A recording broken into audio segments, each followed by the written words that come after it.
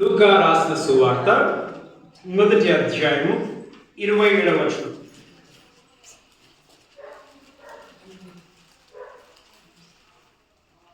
చదవండి.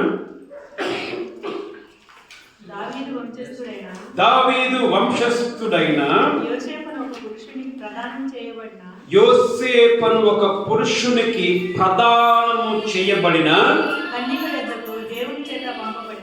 కన్యక దగ్గరకు దేవుని చేత పంపబడెను. ఆ కన్యక పేరు మరియా. సరే, కన్యక మనము చూస్తూ ఉన్నాం. కన్యక అని ఇక్కడ 2 సార్లు మనం చూస్తూ ఉన్నాం. కన్య వాక్య అంశము ఏమిటంటే, అసలు కన్యక జన్మము అవసరమా? ఏంటిదిమా? కన్యక జన్మము అవసరమా? మామూలుగా పుడితే కాదా? ఎందుకు కన్యకకే పుట్టాలైనా అనే దాని మీద మనము వాక్యమును మనము ధ్యానం చేసుకుందాం. కన్య అంటే మనకు తెలిసింది ఏంటిదిమా? 34లో మరియా అంటది ఏమంటది? నేను పురుషుణ్ణి ఎరగని దానినే. పూర్తిగా ఈ కన్యక గర్భము గురించి, యేసుప్రభు కన్యక పుట్టిండుగా మనము బైబిల్ మనకు చెప్తూ ఉంది. కానీ ఇంకా ఈ కన్యక జన్మమును బట్టి ఇంకేమైనా ఉన్నాయా? యేసుప్రభు దాకా మీకు తెలిసిందేమైనా? యేసుప్రభు కాకుండా ఇంకెవరు ఉన్నారా కన్యక పుట్టినట్టు? మనం చూస్తున్నాం.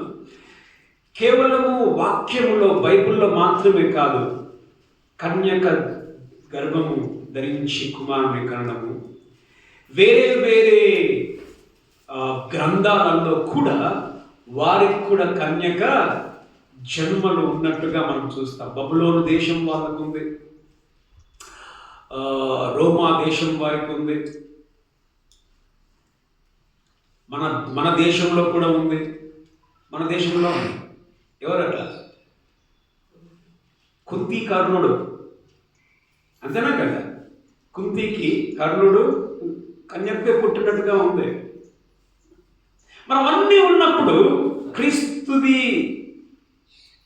కూడా మనం చూస్తే ఒక విధంగా సాతానుడు కేవలం ఎప్పుడైనా కానీ సాతానుడు యేసు ప్రభుకి డూప్లికేట్ ఒకటి పెడతాడు. డూప్లికేట్. సో ఇక్కడ యేసు కన్యకు పుట్టినట్టుగా ఉంటే అక్కడ వేరే వారి గ్రంథాలలో కూడా ఏంటిదిమా కన్యకు పుట్టినట్టుగా ఉంది అని అంటే ఏంటిది? యేసు ప్రభు విశేషం ఏంటిది? వాళ్ళు పుట్టారు, వీళ్ళు పుట్టారు. యేసు ప్రభు విశేషం ఏంటిది? అదే మనం ఇక్కడ ముఖ్యంగా మనం నేర్చుకుంటాం ఏంటంటే, యేసు ప్రభు కన్యకు పుట్టకుండా మామూలుగానే పుడితే పని కాకుండా ఉండేదా? పని కాదా? యేసు యొక్క జన్మము ఎంత ప్రధానమైనదో ఆయన యొక్క బ్రతుకు అంతే ప్రధానమైనది. ఇంపార్టెంట్. ఆయన లైఫ్ కూడా ఇంపార్టెంట్. ఎందుకు? ఆయన పాపము ఆయన కన్యకు పుట్టాడు, పాపము లేకుండా ఆయన పెరిగాడు, ఆయన మరణము అంతే ప్రాముఖ్యము, తర్వాత పునరుద్ధానము అంతే ప్రాముఖ్యము. ఆయన యొక్క జన్మ ఏం చూపిస్తుంది? ఆయన మనుష్యుడు అని. ఆయన యొక్క పునరుద్ధానం ఏం చూపిస్తుంది? ఆయన దేవుడు అని. అది జన్మ ప్రాముఖ్యమే, మరణము ప్రాముఖ్యమే, పునరుద్ధానము ప్రాముఖ్యమే. ఇవి లేకపోతే మనకి ఈరోజు మనం ఇక్కడ లేము. అయితే మనం గమనిస్తామా, మత్తయి రాసిన సువార్త మొదటి అధ్యాయం 18లో మనం చూస్తే ఏంటంటే, వారిద్దరూ ఏకము కాకమునిపే ఆమె గర్భవతి అని మనం చూస్తాం. చదవండి, మత్తయి 1:18. ఓకే. ఆయన తల్లి అయిన మరియా ప్రదానము చేయబడిన తరువాత వారు ఏకము కాకమునిపే పరిశుద్ధాత్మ వలన గర్భవతి అన్నట్టుగా మనం చూస్తూ ఉంటున్నాం. మనము మన పాత నిబంధనలో మనం చూస్తే ఏంటమ్మా, ఇదియో యెషయా 7:14, ఇదిగో కన్యక గర్భవతి కుమారుని కనును, ఆయనకు ఇమ్మానుయేల్ అని పేరు పెట్టబడును. కన్యక గర్భవతి అయి, అదే మాట మనం మత్తయి 1:23లో చూస్తాం. ఏందిమా, యెషయా యొక్క దాన్ని కన్యక గర్భవతి అయి కుమారుని కనును, కన్య గర్భవతి కుమారుని కనును, కన్యక అని మనం చూస్తామా. పాత నిబంధనలో 2 పదాలు వాడేది కన్యకు. హిబ్రూ భాషలో 2 పదాలు, ఒకటి బెతుల్లా అనే పదం వాడతారు, రెండోది ఆల్మా అనే పదం వాడతారు. ఏమేం పదాలమా? బెతుల్లా, ఆల్మా. ఒక స్త్రీకి, కన్యకు అంటమా. బెతుల్లా అంటే అర్థం ఏంటిదంటే యవనస్తురాలే, వివాహము కాని యవనస్తురాలే, అయితే ఆమె కన్యగా ఉండొచ్చు, కన్యగా లేకుండా కూడా ఉండొచ్చు. ఓకేమా. ఆల్మా అనే పదాన్ని మనం చూస్తే ఖచ్చితముగా ఆమె యవనస్తురాలు, ఖచ్చితముగా ఆమె కన్య, 100%. ప్రతి వివాహము కాని స్త్రీ కన్యగా ఉండవలసిన గ్యారెంటీ లేదు.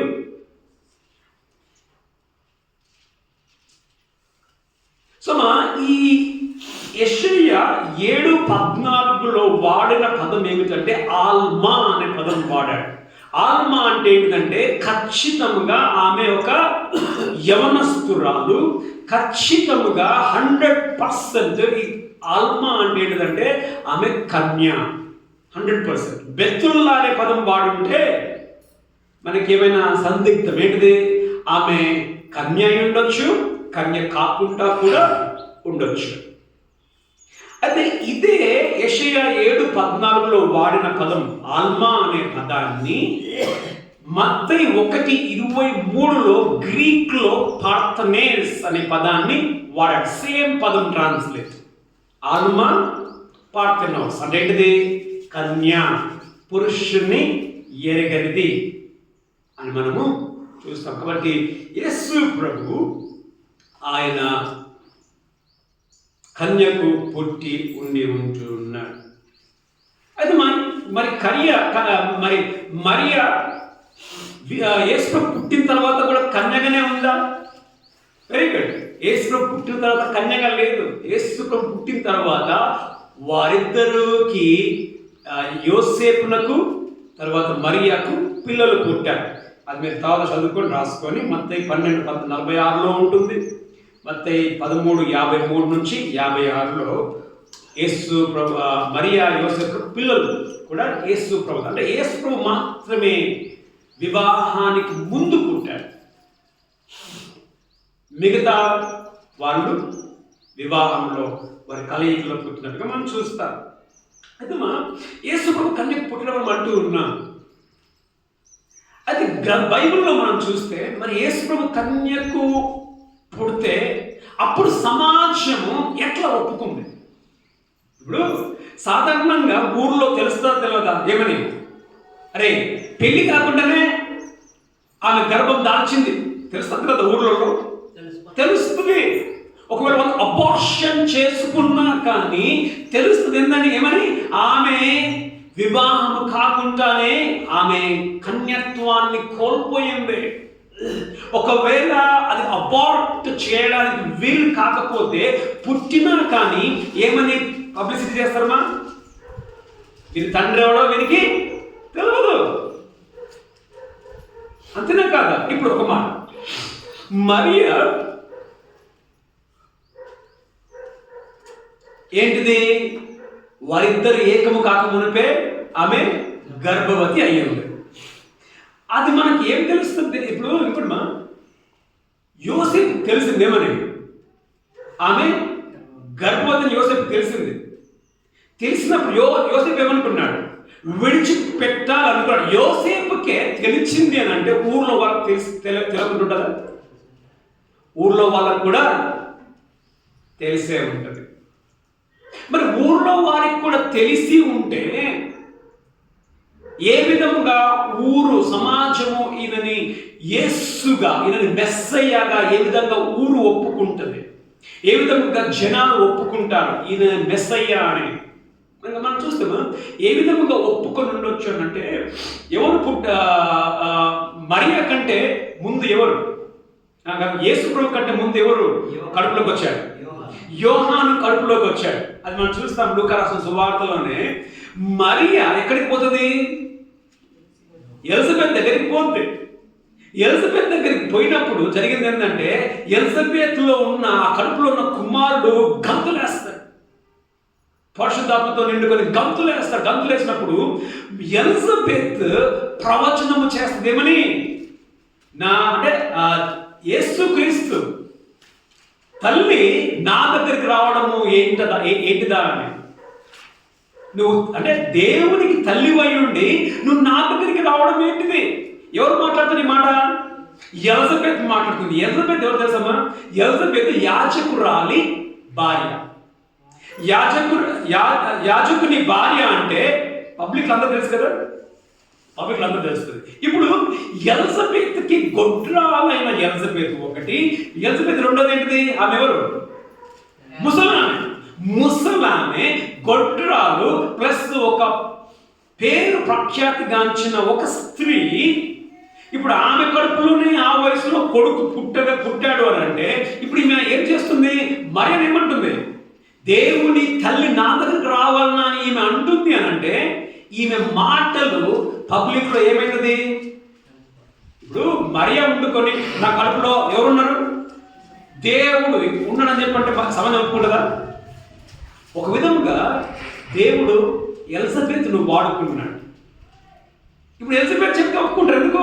ఎలిజబెత్ ముసల్దానంలో ఆమె కడుపులో కొడుకున్నాడు కాబట్టి ఆమె చెప్పినప్పుడు నమ్ముతారు. ఆమె కొడుకులో కూడా ఎవరున్నారు? మనము ఎదురు చూస్తున్న మెస్సయ్య ఆమె కడుపులో ఉన్నాడు, ఆయన కన్యకు పుట్టాలని ఎలిజబెత్ చెప్తే ఖచ్చితంగా సమాజం నమ్ముతుంది. అంటే మన దేవుడు ఆ విధముగా కాపాడుకున్నాడు ఎవరిని? మరియాను. అయితే సమాజం ఒప్పుకుంది. కానీ చూడండి, మనం చాలా వరకు యోహాను రాసిన సువార్త 6:42 చదవండి. యోహాను 6:42.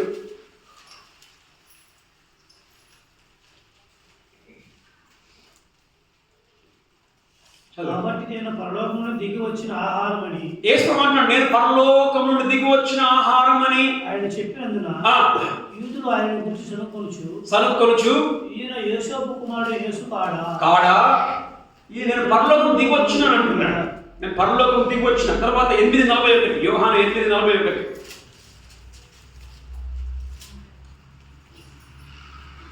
మీరు మీ తండ్రి క్రియలు చేయుచున్నారని ఓకే వార్త చెప్పెను. అందుకు వారు మేము వ్యభిచారులమని, చూడండి, మేము వ్యభిచారం వలన పుట్టిన వారము కాము, దేవుడు అక్కడే మాకు తండ్రి అని. అంటే వీళ్ళు ఏమంటున్నారు ఇక్కడ? యేసుప్రభువుని ఏమంటున్నాం వాళ్ళు ఇక్కడ? ఇండైరెక్ట్ గా యేసుప్రభువు వాళ్ళు ఏమంటున్నారు? మేము వ్యభిచారం వలన పుట్టలేదు అని అంటే ఏమంటారు ఇండైరెక్ట్ యేసుప్రభువుని? నీ పుట్టుకలో మాకు డౌట్ ఉంది, నీ పుట్టుకలో డౌట్ ఉంది. ఆయన యొక్క శత్రువులు, ఆయన వ్యతిరేకించేవారు యేసు ప్రభు పుట్టుకలు వాళ్ళు క్వశ్చన్ చేశారు. ఏమని? ఈయన కన్యకు పుట్టలా. 48 దాని 48 వర్షం.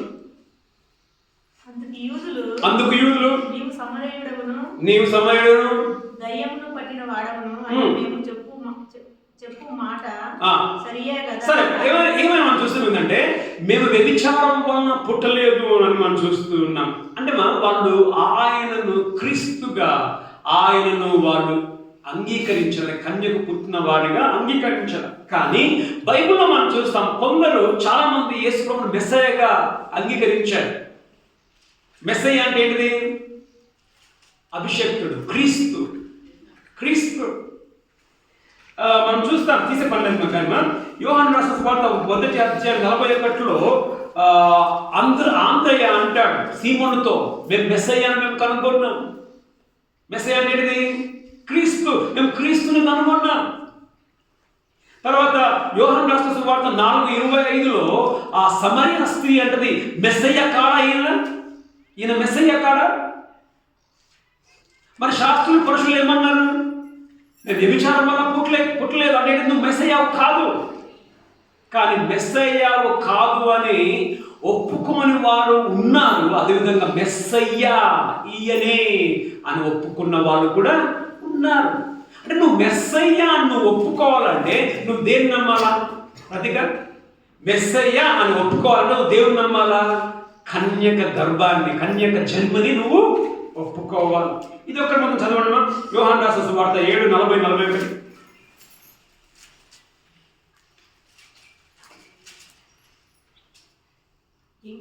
జన సమూహంలో కొందరు ఈ మాటలు విని నిజముగా ఈయన ప్రవక్తయే అంటే, నిజముగా ఈయన ప్రవక్తయే,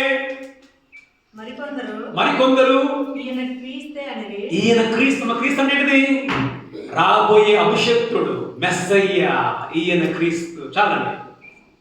కొందరు ఏమంటున్నారు?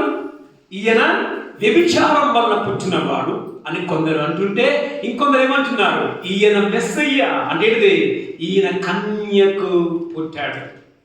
కాబట్టి మా కన్యకు, యేసు ప్రభు కన్యకు పుట్టినట్టుగా మనం చూస్తున్నాం. మా బైబిల్లో కొన్ని జన్మలు ఉన్నాయి, గొప్ప జన్మలు. అరే ఎట్లెట్లరా, సూపర్ రా అనే జన్మలు కొన్ని అయ్యాయి. ఒకటి, ఇస్సాకు ఎప్పుడు పుట్టాడమా? ఎవరికి పుట్టాడమా? ఇక పిల్లలు పుట్టరన్న అబ్రహాము శారాలకు వారి యొక్క 100 years 90 సంవత్సరాల వయసులో ఇస్సాకు పుట్టాడు. సమూయేలు ఎప్పుడు పుట్టాడు? ఇక పిల్లలు పుట్టారన్న హన్నాకు సమూయేలు పుట్టాడు. బాప్తిస్మిచ్చి యోహాను ఎప్పుడు పుట్టాడు? జకరియా, ఎలిజబెతులు, గొడ్రాలు బహుకాలం గడిచిన వీరికి బాప్తిస్మిచ్చి యోహాను పుట్టాడు. ఇవన్నీ గొప్పగానే మనం అనుకోవచ్చు. కానీ యేసు ప్రభువు జన్మను మించిన గొప్ప జన్మ ఏది కూడా లేదు. కారణం ఏం తెలుసామా? కారణం ఏం తెలుసా? ఇక్కడ మూసుకుపోయిన గర్భాలను తెరవడం కాదు. ఇప్పుడు ఎవరి గర్భం మూసుకొని పోయింది? శారా గర్భము. వీళ్ళందరి గర్భం మూసుకొని పోయింది. మూయబడిన గర్భాన్ని తెరవడం కాదు. ఇంకొకటి మనం చూస్తే అక్కడ ఇద్దరు ఉన్నారు. అబ్రహాం ఉన్నాడు, శారా ఉంది. తర్వాత హన్నా, ఎల్కన్నా, జకరియా, ఎలిజబెత్. ఇక్కడ ఎవరున్నారు? మరియా మాత్రమే ఉంది. చరిత్ర అంతటిలో ఏదైనా జన్మ ఉంది అని అంటే ఇదే జన్మ, ప్రభువైన యేసు క్రీస్తు యొక్క జన్మ. కన్యకు ఆయన పుట్టడం, మూయబడిన కడుపు తెరవడం కాదు. ఒక సామాన్యమైన స్త్రీకి ఆయన సామాన్యంగా ఒక తండ్రి లేకుండా, ఒక పురుషుడు లేకుండా ఆయన పుట్టడం. ఎప్పుడైతే కడుపులోనికి బిడ్డ వచ్చాడో ప్రెగ్నెన్సీ నార్మల్గానే ఉంది, డెలివరీ కూడా నార్మల్గానే, ఏం వ్యత్యాసం లేదు. కారణము ఏమిటి? మనం చదవడం మత్తయి రాసిన సువార్త 1:16. మత్తయి 1:16. జాగ్రత్తగా చదవండి. యాకోబు మరియా, జాగ్రత్త వినమ్మా. ఓకే, యాకోబు, మనం చదవండి. యాకోబు చూడండి. యాకోబు మరియా భర్త అయిన యోసేపును కనెను. చూడండి, యాకోబు ఎవరిని కన్నాడంట? యోసేపును కన్నాడా? మరియా యందు క్రీస్తు పుట్టాడు. ఇంకొంచెం పైకి పోండి, 15 చదవండి. జాగ్రత్తగా వినండి. 15 చదవండి. ఎలీహూదు చూడమ్మా, ఎలీహూదు ఎలియాజరును కన్నాడు. ఎలియాజరు మత్త అంటే మగ వ్యక్తి కనెను అంటే తండ్రి. మత్తాను యాకోబును అంటే మగ వ్యక్తిని కనెను అంటే తండ్రిగా. యాకోబు మరియా భర్త అయిన అంటే యాకోబు కుమారుడు ఎవరు? యోసేపు. ఆమె యందు క్రీస్తు అనబడిన యేసు. అది గమనించండి మా, ఇక్కడ యేసు ప్రభు దగ్గర వచ్చినప్పుడు ఏమని ఉండాలి చెప్పండి. ఇప్పుడు మనం పైన చదువుతున్నాం కదా, పైన చూస్తే ఏమనుంది? ఏముంది? పురుషుని పేరు కుమారుడు. ఇప్పుడు ఈమె పద్మ కుమారుడు కాదు, విజయ్ కొడుకు. విజయ్ కొడుకు యశ్విన్ కొడుకు, యశ్విన్ కొడుకు అంటే కొడుకు వస్తుంది, కానీ స్త్రీ కుమారుడు అని లేదు అక్కడ. ఇప్పుడు కానీ యేసు ప్రభు దగ్గరకు వచ్చినప్పుడు ఏమని చెప్పాలి అక్కడ? ఒకవేళ ఆ లెక్కనే కరెక్ట్ అయితే యేసు ప్రభు ఎట్లా రావాల పేరు? యేసు ప్రభు ఏం రావమ్మా? యోసేపు కుమారుడైన క్రీస్తు అని రావాలి. కానీ ఇక్కడ మాత్రం ఏముంది? మరియా కుమారుడైన క్రీస్తు అని అర్థం ఏంటిది? ఈయన యోసేపు కుమారుడు కాదు, ఈయన మరియాకు మాత్రమే పుట్టాడు. ఇంగ్లీష్లో మనం చూస్తే ఫెమినైన్ మాత్రమే వాడాడు. ఫెమినైన్ అంటే ఏంటిది? తెలుగులో స్త్రీలింగం మాత్రమే వాడబడింది. అక్కడ పురుషలింగం బహులింగం వాడబడాల, స్త్రీలింగం మాత్రమే వాడబడింది గ్రీక్లో. ఆయన కన్యకు మరియాకు మాత్రమే పుట్టాడు. పరిశుద్ధాత్మ వలన ఆమె గర్భము ధరించింది. పరిశుద్ధాత్మ శక్తి ఆమెని ఆవరించినప్పుడు. ఇప్పుడు 3 విషయాలు మనం చూసుకొని ముగించుకుందాం. ఎందుకు కన్యక గర్భం అవుతుంది, కన్యక జన్మ అవసరం? మొదటిదిగా లూకా రాసిన సువార్త 1వ అధ్యాయం 32 చదవండి. మొదటిగా ఎందుకు అవసరం? ఆయన గొప్పవాడై సర్వోన్నతుని కుమారుడు. ఎవరి కుమారుడు అనబడతారంటే ఆయన సర్వోన్నతమైన కుమారుడు, దేవుని కుమారుడు అనబడతాడు. 35వ వచనం చదవండి. 35 కూడా. దూత పరిశుద్ధాత్మ నీ మీదికి వచ్చును. ఓకే. సర్వోన్నతుని శక్తి నిన్ను కమ్ముకొనును గనుక. ఓకే. పుట్టబోవు శిశువు పరిశుద్ధుడే దేవుని కుమారుడు అనబడును. ఎవరు మా పుట్టేది? దేవుని కుమారుడు, సర్వోన్నతమైన కుమారుడు, దేవుని కుమారుడు. ఆయన భూలోకంలోనికి రాబోతున్నట్టు దేవుని కుమారుడు భూలోకంలోనికి రావాలి అని అంటే, దేవుని కుమారుడు బైబిల్లో మనం చూస్తే ఏం తెలుసా అమ్మా? చెప్పండి. యేసు ప్రభుకి కొన్ని పేర్లతో పిలువబడ్డాడు. యేసు ప్రభు దేవుని కుమారుడు, ఇంకోటి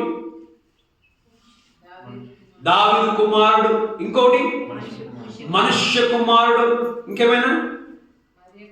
ఓకే, ఈ 3: దేవుని కుమారుడు, మనుష్య కుమారుడు, దావీదు కుమారుడు. ఈ 3టిని దేవుని కుమారుడు అంటే అర్థం ఏంటిది? మనుష్య కుమారుడు అంటే అర్థం ఏంటిది? ఓకే.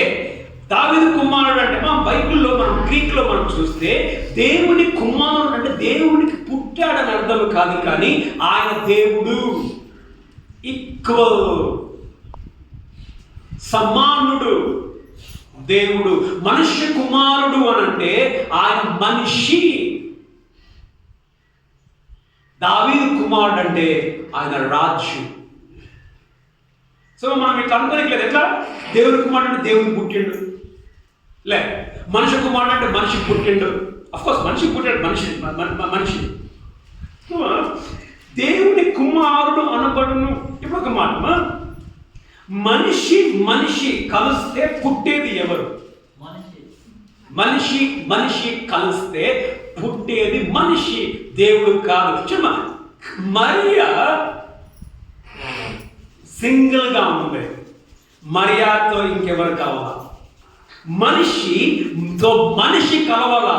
మనిషితో మనిషి కలవలేదు. మనిషితో మనిషి కలిస్తే పుట్టేది మనిషి కాబట్టి, మనిషితో మనిషి కలవలేదు కాబట్టి పుట్టింది మనిషి కాదు.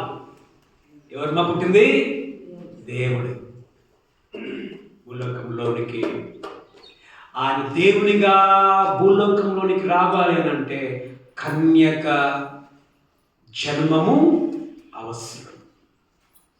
కన్యక జన్మం లేకపోతే ఈరోజు నువ్వు నేను నమ్మేది ఒక మనిషిని మాత్రమే, దేవుడిని కాదు. బైబిల్లో మనం చూస్తే అనేక సందర్భాలలో చూద్దామా యోహాను సువార్త 10:36.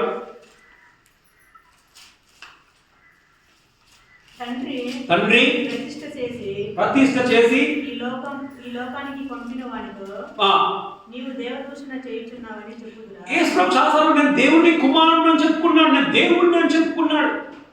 దేవదూషణ చేయుచున్నావా? నేను నా తండ్రి క్రియలు చేయని ఎడల నన్ను నమ్మకుడి, చేసిన ఎడల నన్ను నమ్ముకున్నాను.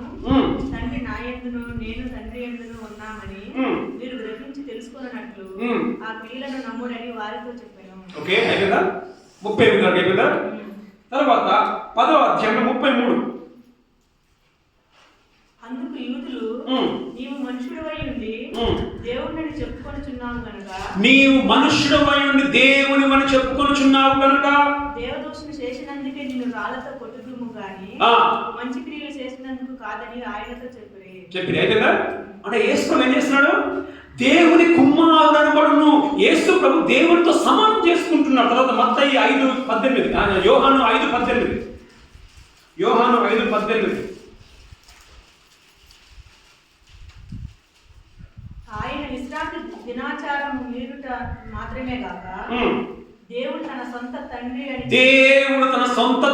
అని చెప్పి తను దేవునితో సమానంగా చేసుకొనెను గనుక ఇందు నిమిత్తం చూడమ్మా, యేసు ప్రభు ఏమన్నాడు? దేవుడు నా తండ్రి, దేవునితో సమానము చేసుకున్నాడు, నేనే దేవుణ్ణి అని చెప్పుకున్నాడు యేసు ప్రభు కూడా. కాబట్టి మా మొదటిదిగా కన్యక జన్మము ఎందుకు అవసరమ్మా? ఎందుకు అవసరం కన్యక జన్మము? ఆయన దేవుడుగా ఉండాలి అని అంటే కన్యక జన్మము అవసరం. లేకపోతే ఆయన మనిషి అయితే మనకు అవసరం లేదు. ఆయన ఇంకొకటి మాట, దేవుడిగా ఎందుకు పుట్టాడు ఆయన? ఇప్పుడు కన్యక గర్భం ద్వారా దేవుడిగా వచ్చాడు. ఎందుకు దేవుడిగా వచ్చాడు? ఎందుకు దేవుడిగా వచ్చాడో తీసిపడలేదు. కానీ మత్తయి 1:22లో ఆయనకు ఇమ్మానుయేలు అనే పేరు పెట్టబడి, అర్థమేంటిది? దేవుడు మీకు తోడై ఉన్నాడు. ఇమ్మానుయేలు అర్థమేంటిమా?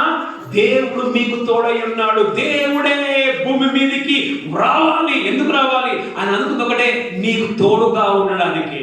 ఒక మాట అన్నా, అనేక సందర్భాల్లో మనం బాధపడుతూ ఉంటాం. ఏం బాధపడుతుంటాం? నాకెవరు తోడు లేరే, నా భర్త నాకు తోడు లేడు, నా భార్య నాకు తోడు లేరు, నా బిడ్డలు నాకు తోడు లేరు, నాకు ఎవరు తోడు లేరు. దేవుడే నీకు తోడుగా ఉండడానికి, ఇమ్మానుయేలు అనే పేరుతో దేవుడే నీకు తోడుగా ఉండడానికి భూలోకంలో కన్యక గర్భమున కన్యక జన్మను ఎత్తి ఆయన భూలోకంలోనికి వచ్చాడు. కన్యక జన్మం లేకపోతే ఎవరు లేరు? దేవుడు లేడు. కన్యక జన్మం లేకపోతే దేవుడు లేకపోతే ఇమ్మానుయేలు లేడు. నీకు తోడు లేడు. నీకు తోడుగా ఉండడానికి యేసు ప్రభువు కన్యక జన్మం అవసరమై ఉంటూ ఉన్నది. ఇంకో మాట, ఎందుకు ఆయన రావాల్సి వచ్చిందని అంటే మనం చూస్తే తీసపడలేదు. కానీ ఆదికాండం 3:15లో ఆదాము అవ్వ పాపం చేశారు కదా. పాపం చేసినప్పుడు దేవుడు ఏం చేశాడు? శాపం పెట్టాడు. శాపములో మొదట ఏం చేశాడమ్మా? ఎవరు శాపం పెట్టాడమ్మా? తప్పు చేసింది ఎవరు? తప్పు చేసింది పాపం తప్పు చేసిందా? తప్పు చేసింది స్త్రీ. తరువాత స్త్రీని బట్టి పురుషుడు కాదు చేసింది. పురుషుడు బట్టి స్త్రీ కాదు చేసింది. స్త్రీని బట్టి పురుషుడు. బైబిల్లో ఉంది అది. సరేమా? సో కానీ శిక్ష దేవుడు విధించినప్పుడు మొదట శిక్ష స్త్రీకి వేయాలా, మొదటి శిక్ష పురుషుడికి వేయాలా? శిక్ష ఎవరికి వేసింది తెలుసమ్మా? మొదట తన మీద వేసుకున్నాడు శిక్షను. చదవడం ఆదికాండము 3:15. మరియు నీకును స్త్రీకిని నీ సంతానమునకు ఆమె సంతానమునకు వైరము నీకు స్త్రీకి. నీకు స్త్రీకి అంటే స్త్రీ సంతానము ఎవరు తెలుసా? ఇప్పుడు మనం మత్తయి రాసిన సువార్త మొదటి అధ్యాయం మనం ఏం చేశాము? పురుషుల పేర్లు విన్నామా లేదా? యాకోబు ఎవరిని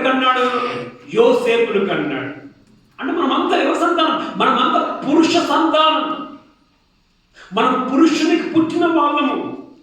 యేసు ప్రభు మాత్రమే స్త్రీకి.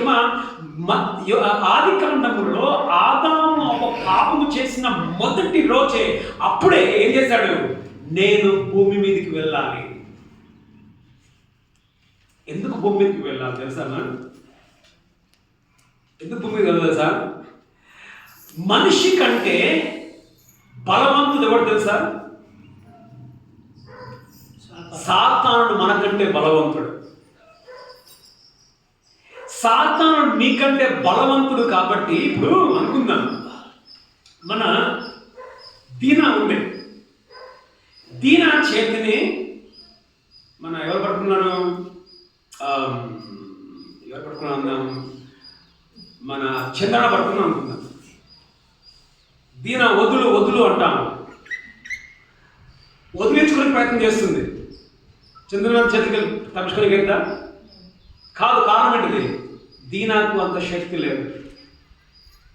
ఇప్పుడు విడిపియాలి అని అంటే ఎవరు పోవాలి? కాంతరాజు రావాలి. ఎందుకు? కొంచెం కాంతరాజు కొంచెం బలం వేసుకుందాం, చంద్రానికి కంటే ఎక్కువ. అట్లేమా మనము సాతాను చేతిలో మనం ఉన్నాము. సాతాను చేతిలో నుండి మనం తప్పించుకోలేక మనతో కాదు. ఇక రావాల్సింది ఎవరుమా? సాతాను కంటే బలవంతుడే రావాలి. ఆయన దేవుడై ఉండాలి. కాబట్టి రావాలి అని అంటే స్త్రీ సంతానం గుండానే రావాలి. అందుకే అంటాడు, నీకు నువ్వు స్త్రీకిని, గమనించండి, నీకు పురుషునికి అంటలేడు, నీకు నువ్వు స్త్రీకిని వైరము కలగచేతును. స్త్రీ సంతానముగా వచ్చిన వాడు ప్రభువైన యేసు క్రీస్తు మాత్రమే. తర్వాత అక్కడ ఏం చూస్తాం? నీకు నువ్వు వైరం కలగచేతును. అదే చదువుమా. అది నిన్ను తల మీద కొట్టును. అది నిన్ను ఏది నిన్ను తల మీద కొడుతుంది? స్త్రీ నుండి వచ్చే వాడు నీ తలను కొడతాడు. పాము కదా అక్కడ, పామే కదా. ఎక్కడ మన పాముకి బలం ఉండేది? తలకాయలో. అది స్త్రీ నుండి వచ్చిన వాడు నీ బలాన్ని చితగొడతావా? చదవండి. నీవు దానిని మడిమ మీద కొడుతు. నీవు మడిమ మీద కొడతావు. సిలువలో అదే జరిగింది. సిలువలో సాతాను ఏం చేశాడు? మడమ మీద కొట్టాడు. యేసు ప్రభు మరణమును జయించి తిరిగి లేచినప్పుడు సాతాను తలకాయ చితికిపోయింది. అందుకే అంటాడు బైబిల్లో, ఓ మరణమా నీ ముళ్ళు ఎక్కడా? ఓ మరణమా నీ విజయం ఎక్కడ? మరణపు ముళ్ళును యేసు ప్రభు జయించడంతో గెలిచామా. ఎందుకు కన్యక జన్మము అనంటే నిన్ను నన్ను బలవంతుడైన సాతాను చేతుల నుంచి విడిపించడానికే బలమైన వ్యక్తి భూలోకానికి కన్యక గర్భంలో ఆయన జన్మనెత్తాడు. చదవండి. హెబ్రీ 2:14-15. హెబ్రీ 2:14-15.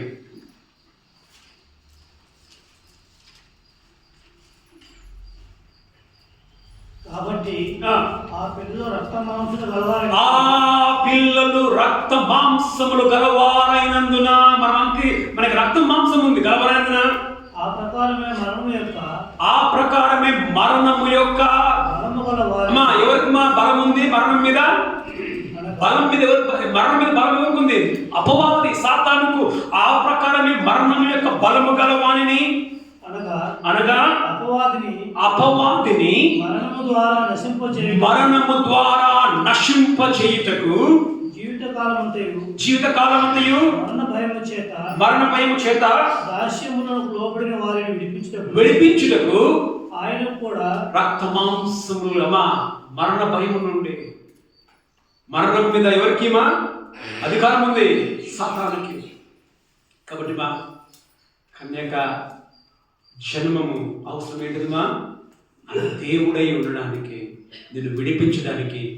నిన్ను విడిపించడానికి ఒకటి. తర్వాత రెండోది ఏంటిమా? చూసిన దేనికి? రెండోది నీకు తోడుగా ఉండడానికి. ఇమ్మానుయేలు. అర్థపెట్టి ఇమ్మానుయేలు అడిగి చెప్పేసి అర్థపెట్టిమా. ఇమ్మానుయేలు అర్థపెట్టి దేవుడు మనకు నీకు తోడుగా ఉండడానికి వచ్చాడు. అని కూర్చున్నా నువ్వు అనుకుంటున్నావేమో, అమ్మా నాకెవరు తోడు లేరు.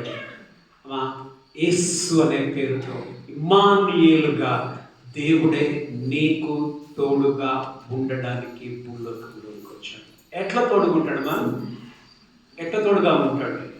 హెబ్రియస్ పత్రికలో అంటాడు, నిన్ను విడువను, నువ్వు పడుకున్నప్పుడు నీ తోడుగా ఉంటాడు, నువ్వు లేచినప్పుడు, నువ్వు నడుస్తున్నప్పుడు, నువ్వు అనారోగ్యంతో ఉన్నప్పుడు, నువ్వు ప్రతి బాధలో ఆయన నీకు తోడుగా ఉండడానికి కన్యక గర్భం జన్మం అవసరం. మొదటిగా దేవుడుగా ఉండడానికి కన్యక జన్మం అవసరం. రెండవదిగా లూకా రాసిన సువార్త 1వ అధ్యాయం 26-27 చదవండి. దావీదు వంశస్థుడైన యోసేపు అను ఒక పురుషునికి ప్రదానం చేయబడిన కన్యక యొద్దకు దేవుని చేత పంపబడిన ఆ కన్యక పేరు మరియా. సరే మనకు తెలిసిందే అక్కడ కన్యక. తర్వాత మనం చూస్తాం మత్తయి రాసిన సువార్త 1:28 ఆమె ఇంకా ఆమె కుమారుడిని, వారిద్దరు ఏకం కాకుండా కుమారుడిని ఆమె గర్భం ధరించింది. ఒక మాట, మొదట కన్య ప్లస్ నథింగ్. కన్య ఉంది, పురుషుడు లేడు, కాబట్టి దేవుడు. ఓకేనా? ఇప్పుడు కన్య అని మనం చూస్తూ ఉన్నాం. ఇప్పుడు కన్య ఈమె మనిషి, దేవుడు ఈమె మనిషి. ఈమె మనిషి కాబట్టి పుట్టేవాడు కూడా మనిషి అయి ఉండాలి. ఓకేమా? కాబట్టి మనం చూస్తాం. రెండవదిగా ఎందుకు కన్యక జన్మము అవసరము అనంటే, ఆయన మనిషిగా ఉండాలి అనంటే కన్యక జన్మము అవసరం. మొదటిదిగా దేవుడై ఉండాలనంటే కన్యక జన్మం అవసరం.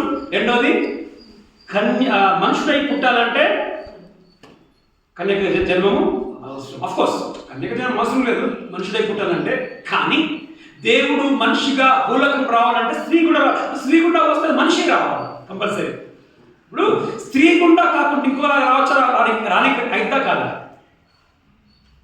దేవుడు స్త్రీలాగా అంటే స్త్రీ గుండా కాకుండా ఇంకొక రకంగా రావడానికి అవుతుంది, కానీ నమ్మే కాదు.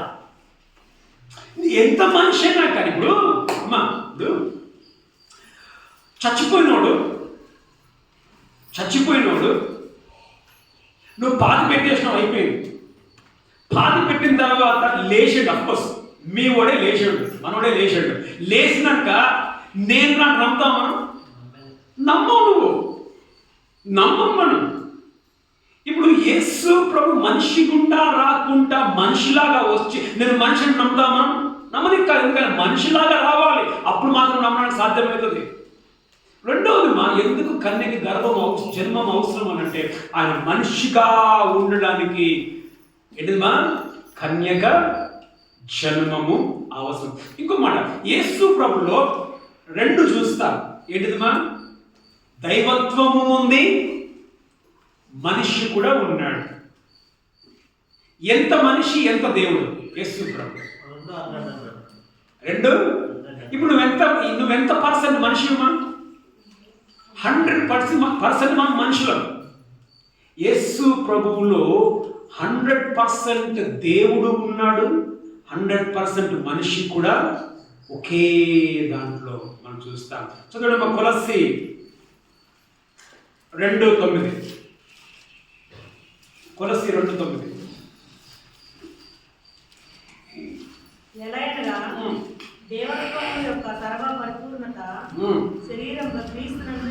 దైవత్వము యొక్క సర్వ పరిపూర్ణత శరీరమందు క్రీస్తులో సర్వ పరిపూర్ణత. ఏ పరిపూర్ణత? ఫుల్నెస్ ఆఫ్ గాడ్ హెడ్ అని ఉంది ఇంగ్లీష్లో. 100% పరిపూర్ణమైన దేవుడు ఒకే దాంట్లో. ఆయనలో దేవుడు ఉన్నాడు, ఆయనలో మనుషుడు ఉన్నాడు. బైబిల్లో మనం చూస్తాం. పోయిన వారము చాలా మంది చర్చికి రాలా, ఈరోజు వెళ్ళిపోయింది చర్చ్.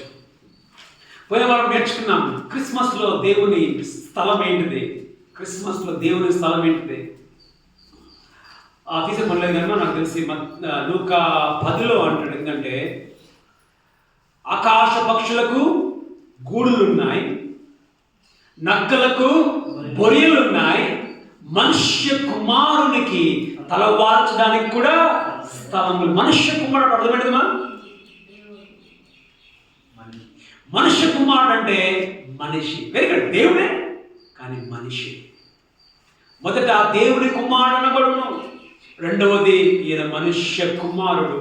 మనిషిగా కన్యకు పుట్టాడు కాబట్టి ఎందుకు మనిషిగా అవసరమైన పుట్టాడు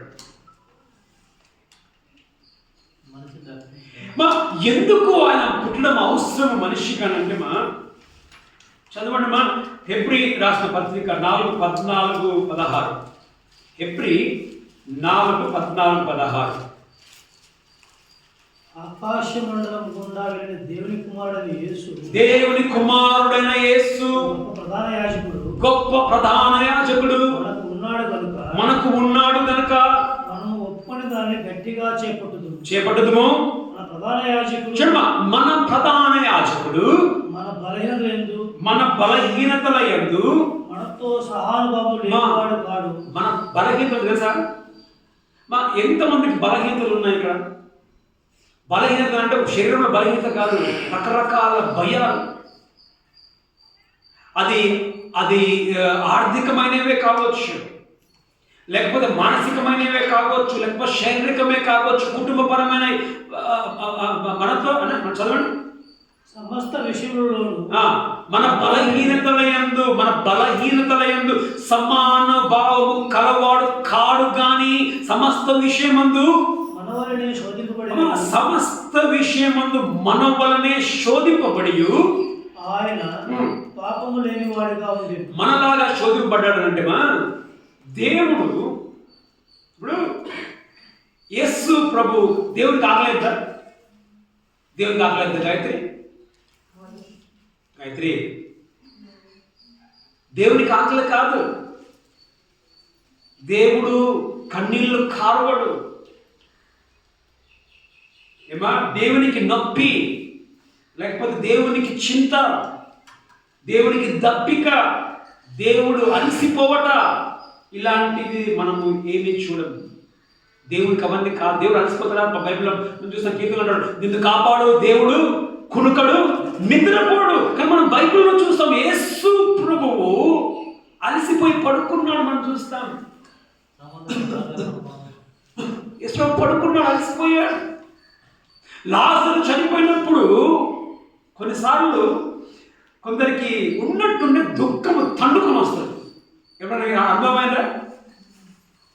ఇప్పుడు సాధారణంగా ఎప్పుడు వస్తుంది అంటే, ఇప్పుడు ఇంట్లో అందరూ పనులు చేసుకుంటున్నారు, నువ్వు సీరియల్ చూస్తున్నావు అనుకో, సీరియల్ చూస్తున్నప్పుడు దాన్ని లీనమైపోతుంది, ఏదో ఒక సెంటిమెంట్ వస్తుంది, అనుకో కూడా నీకు నువ్వే ఏడ్ చేస్తావు, అక్కడ వచ్చేస్తుంది ఏడు, అంటే అది సౌండ్ వస్తుంది, నిన్నే ఏడిపిస్తుంది.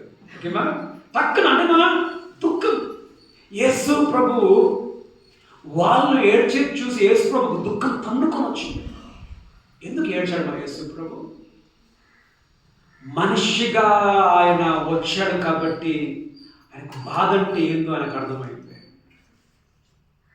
ఇక్కడ కూర్చొని అనొచ్చు, నా బాధ ఎవరికి అర్థమైంది? ఆయన కూడా ఏమంటమా ఏడ్చాడు. ఆయనకి ఏడుపు తెలుసు. నేను మొన్న దినంలో నేను చెక్ పోస్ట్లో కృష్ణగిరికి పోయేసి వచ్చాను. నేను ప్రార్థనకి 2:30 గంటలకు అట్లా ఇంట్లోకి బయటకు వచ్చాను. బయటకు వస్తే పాపం ఒక కన్నులు, ఆయనకి 2 కన్నులు. ఆయనని చెక్ పోస్ట్లో ఈ రోడ్డు నుంచి ఆ రోడ్డుకి ఒక అతను దాటించాడు. నేను అట్లా వస్తున్నా నేను చూశాను. దాటించి బాగా మంచి పని చేసింది అక్కడ ఉన్న వ్యక్తితో అంటాడు, ఇది సూర్యగిరి బస్ ఎక్కి అని చెప్పి అంటాడు. ఆయన ఏమన్నాడు, మాకు కాదు నేను పోవాలని చెప్పి అన్నాడు. తర్వాత ఇంకొక అతను చెప్పాడు, సూర్యగిరి బస్ ఎక్కిరని చెప్పేసి అని చెప్పి అన్నాడు. నేను అట్లా చూసుకుంటూ ఉన్నాను, ఎట్లా కళ్ళు కనబడేగాని చెప్పేసి. తర్వాత అందరూ వెళ్ళిపోయారు. తర్వాత నేను పోయి సూర్యగిరి పోవాలన్నా అని చెప్పేసి అని అక్కడ కూర్చోబెట్టి మాట్లాడుతూ ఏదో కొంచెం డబ్బులు చేతిలో పెట్టి మాట్లాడుతూ ఉన్నాను. ఎందుకు వచ్చాను ఇక్కడికి, ఎవరు నువ్వు, అట్లా ఇట్లా మాట్లాడుతూ ఉంటుంటే అన్న ఎందుకు బతకం నాకు అర్థం కావట్లేదు, ఎందుకు బతకం అర్థం కావట్లేదు నాకు. మా అన్న తమ్ముళ్ళు అక్క చెల్లెళ్ళు నాది ఆస్తి అంతా తీసేసుకున్నారు. అమ్మ నాన్న మాత్రమే. ఆయన బాధపడుతూ ఏడుస్తుంటాడు. కళ్ళు నుంచి నీళ్ళు గాడుతున్నాయి. ఎంతో బాధ అనిపించింది. ఎంత బాధలు మనం పెట్టుకున్నాం మనసులో కడుపు నిండా. కానీ మన యేసుప్రభు గురించి చెప్తుంటే నా పైన యేసుప్రభు గురించి చెప్తా ఉన్నాడు ఆయన.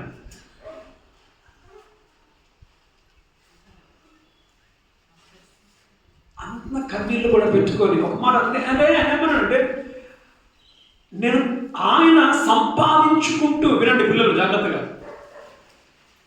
ఆయన ఏదో ఎవరో పొట్లాలు ఇస్తారంట, ఆ పొట్లాలని ఆ కన్ను లేనైనా రోడ్డు మీద అమ్ముకొని వచ్చి ఆ డబ్బులో కొంచెాన్ని, ఆ డబ్బును పట్టుకుపోయి వాళ్ళ అమ్మానికి ఇచ్చి అమ్మను నన్ను పోషిస్తున్నట్టు, ఇక సాకుతున్నట్ట. గుడ్డ ఆయన కన్ను లేకుండా తల్లిదండ్రుని సాకుతా ఉన్నాడు. ఆయన అంటాడు, బైబిల్ చెప్తా ఉంది కదా అమ్మ నాన్న సాకుమని. ఎందుకు బ్రతకాలో నాకు తెలియదన్నా, చచ్చిపోవాలనిపిస్తుంది, ఎందుకు నన్ను దేవుడు ఉంచుతున్నాను అని బాధ ఎలా అంటది. ఆయన ఏడ్చాడు, నీ ఏడుపును ఆయన అర్థం చేసుకోగలడు, అందుకే మనిషిగా పుట్టాడు.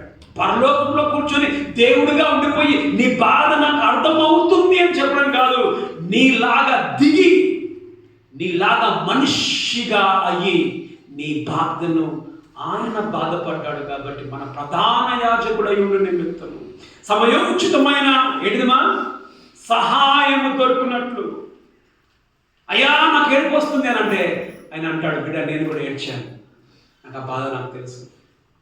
అయ్యా నాకు భోజనం లేదు, ఆకలి అవుతుంది, యేసు అంటాడు, నాకు కూడా ఆకలి అయింది, భోజనం నాకు కూడా లేదు, దప్పిక నాకు దాహమైంది, అయ్యా నొప్పిలేస్తుంది నాకు. యేసు ప్రభు కూడా గెత్సెమనే తోటలో సిలువలో నొప్పిని భరించాడు. అయ్యా నెమ్మది లేదు నాకు, గెత్సెమనే తోటలో ఆయనకు కూడా నెమ్మది లేకుండా పోయింది. ఆయనకు తెలుసుమా నీకు నెమ్మది లేకపోవడం అంటే ఏమిటో ఆయనకు తెలుసు.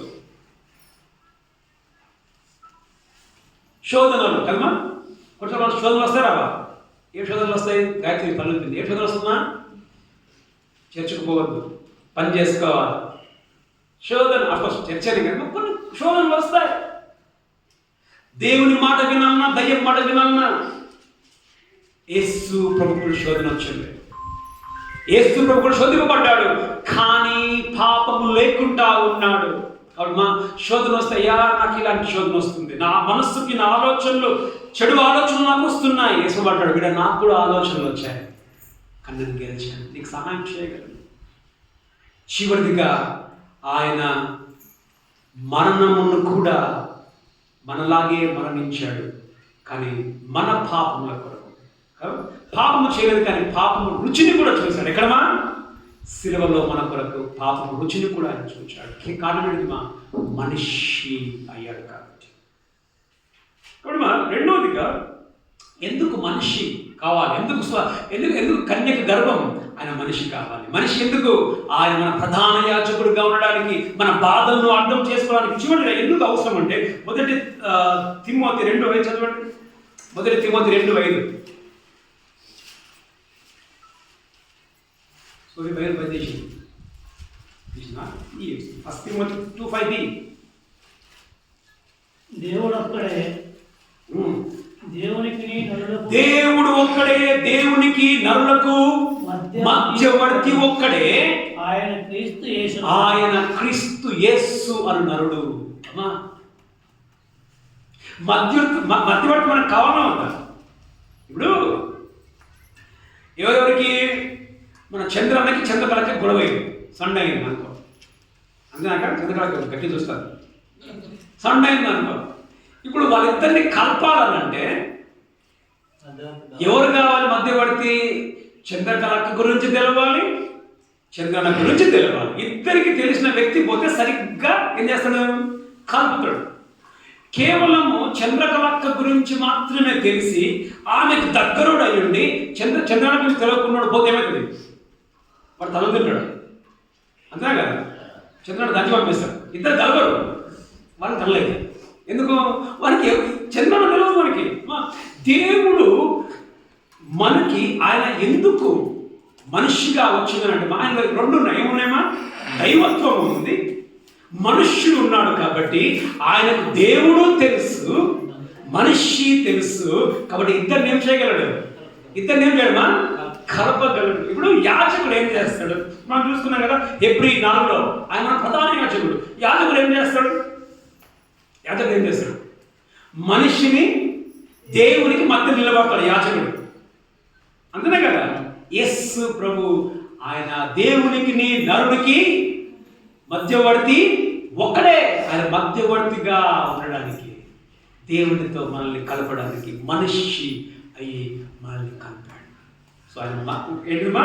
సో ఆయన మనిషిగా పుట్టడము, కన్యక జన్మము అవసరం. మొదట ఎందుకు కన్యక జన్మం అవసరం? మొదట ఎందుకుమా? ఆయన దేవుడై ఉండడానికి. రెండవది ఆయన మానవుడై ఉండడానికి, మనం అర్థం చేసుకోవడానికి. చివరిగా లూకా 1:31 ఇదిగో నీవు గర్భం ధరించి కుమారుని కని యేసు అనే పేరు. తర్వాత లూకా 1:35 వచ్చును. ఓకే, పరిశుద్ధుడు. అమ్మ గమనించండి, ఇప్పుడు పుట్టబోయే వాడు ఎవరు? పరిశుద్ధుడై ఉండాలి. మా కన్యక జన్మము ఎందుకు తెలుసామా? ఇక్కడ మనం చూస్తేమా, ఇర్మియా 31:22 చదవండి. ఇర్మియా 31:22 చివరి భాగం. ఇర్మియా 31:22 వచనం. నీవు ఎన్నాళ్ళు ఇటు అటు తిరుగులాడుతూ ఓకే, విశ్వాసఘాతకురాలా, యెహోవా నీ దేశంలో నూతనమైన కార్యం జరిగించుచున్నాడు. దేవుడు నూతనమైన కార్యము జరిగించుచున్నాడు. నూతనమైన కార్యం జరిగించుచున్నాడు. స్త్రీ పురుషుని ఆవరించును. చూడమ్మా, స్త్రీ పురుషుని ఆవరించును. గమనించండి, స్త్రీ పురుషుని ఆవరించును. తర్వాత మనం చూస్తామా, ఆదికాండం 3:15 నీ సంతానము స్త్రీ సంతానము, సంతానము ఇంగ్లీష్లో సీడ్ అని ఉంది. సీడ్ అంటే ఏంటిది? ఆదికాండము తీసేపడలే కానీ ఆదికాండం 12:1-2 కూడా నీ సంతానము సీడ్ అని ఉంది. సీడ్ అంటే ఏంటి తెలుసా? విత్తనము, బీజము. గమనించండి, ఇప్పుడు పిల్లవాడు కనాలి అని అంటే బీజము. ఏ బీజమ్మా? పురుష బీజము. ద సీడ్ ఆఫ్ మ్యాన్, పురుష బీజము. మనందరము కూడా పురుష సంతానము. ఇప్పుడు మనిషి పాపి, అంతనే కదా? మనిషి పాపి, మనిషి పాపి, పాపి పాపి కలిస్తే పుట్టేదేవాడు పాపమే. ఒక మాటమా. రెండోది మనం చూస్తామా? రెండోది, ఇప్పుడు ఈ పాపము ఎక్కడి నుంచి వస్తుంది? ఈ బీజము పుట్టడానికి, ఒక కుమారుడు కానీ కుమార్తె కానీ పుట్టడానికి బీజము వచ్చేది పురుషుడి నుండి. కానీ మనం గమనిస్తేమా,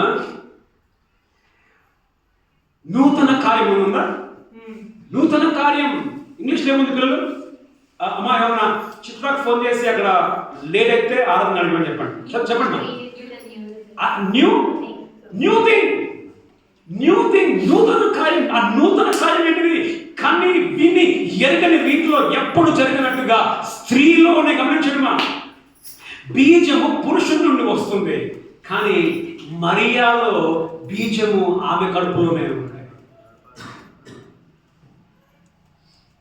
అది నూతన సృష్టి కాదా? బీజము స్త్రీలో ఉండదు, బీజం పురుషుడు వస్తుంది కాబట్టి పిల్లలు పుడతారు. మరియాకు మాత్రము బీజము ఆమె కడుపులోనే దేవుడు పుట్టాడు. ఆయన ప్రభు అయిన యేసు క్రీస్తు. అర్థమైనదిమా? ఆయన పాపం నుండి కాపాడబడ్డాడు. అందుకే ఏమని పేరు పెట్టబడ్డానికి? తన ప్రజలను వారి పాపము నుండి ఆయనే రక్షించిన గనక ఆయనకు యేసు అనే పేరు పెట్టబడును. ఆయన పరిశుద్ధుని కుమారుడు. లూకా 1:35. తర్వాత ఎక్కడ మనం చూస్తున్నా, గొల్లలతో అంటాడు కదా, ఇవో సర్వలోకంలో ఏమన్నా గొల్లలతో అంటాడు దూత. ఆకాశంలో దేవునికి మహిమయు, భూమి మీద దేవునికి ఇష్టమైన వారికి సమాధానకరంగా గైమను అక్కడ. ఇదిగో మీ కొరకు దావీదు పట్టణం మందు నేడు రక్షకుడు పుట్టి ఉంటున్నాడు. ఆయన రక్షకుడై పుట్టాలి అని అంటే ఆయన ఏ విధంగా ఉండడమా? పాపము లేనివాడుగా ఉండాలి. పాపము లేనివాడుగా ఉండాలంటే కన్యకు పుట్టాలి. కన్యకు పుట్టకపోతే ఎవరు బాగున్నా? కన్యకు పుట్టకపోతే ఎవరు ఆయన? కన్యకు పుట్టకపోతే ఆయన పాపి. బైబిల్ అంటున్నా మనం చూసి తీసేపడ్డాం కానీ కీర్తనలు 51:5 నేను నా తల్లి గర్భమందే నేను పాపిని అంట. చదవండి కీర్తనలు 51:5. నేను పాపములో పుట్టిన వాడను, అమ్మా మనము మన పుట్టుకనే పాపం. నీకు పాపం గురించి స్కూల్ పెట్టే పనిలే, ట్యూషన్ పంపించి పాపం నేర్చుకుంటే పనిలే. పాపం అట్లే వస్తుంది. ఎందుకుమా? మనం పురుష సంతానం. కానీ యేసు ప్రభు ఆయన పాపము అంటలా. ఆయన పాపిగా ఉండొద్దు అని అంటే ఆయన కన్యకు మాత్రమే పుట్టాలి.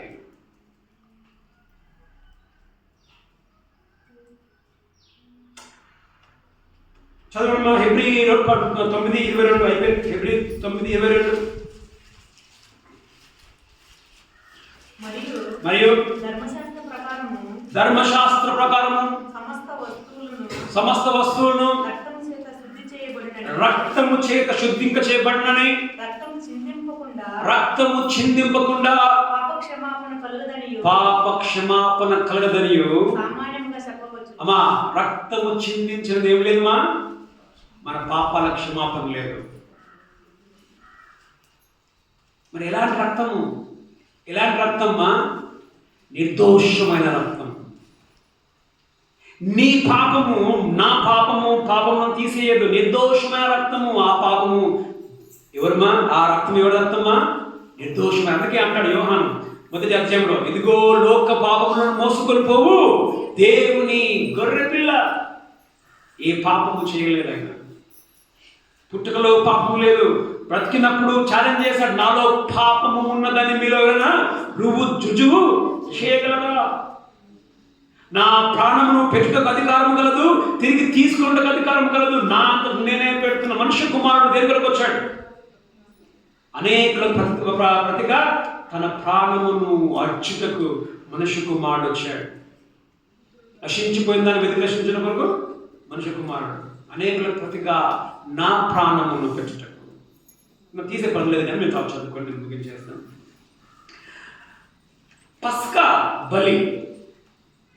బలి మనం చూస్తాం. నిర్గమకాండం 12లో 6వ వచనంలో చూస్తాం, 11లో చూస్తాం, 20వ వచనం చూస్తాం. పస్కా బలి ఇవ్వడానికి 1 సంవత్సరం గొర్రెపిల్లను తీసుకోవాలి. నిర్దోషమైన గొర్రెపిల్లను తీసుకోవాలి. ఆ గొర్రెపిల్లను బలి ఇవ్వాలి. అప్పుడు ఏమైందంట? పస్కా ఏమైంది? సంహార దూత దాటుకొని వెళ్ళిపోయాడు. ఏ ఇంటికైతే ఆ రక్తపు మరక ఉందో, ఆ నిర్దోషమైన గొర్రెపిల్ల రక్తపు మరక ఉందో, సంహార దూత ఆ ఇంటిని దాటుకొని పోయాడు. నిర్దోషమైన గొర్రెపిల్ల. యేసు ప్రభు కూడా మన పస్కా బలిగా మన కొరకు చనిపోయాడు. చదవడం అదొకటి చదవడమా? 1 కొరింథీ 5:7. 1 కొరింథీ 5:7.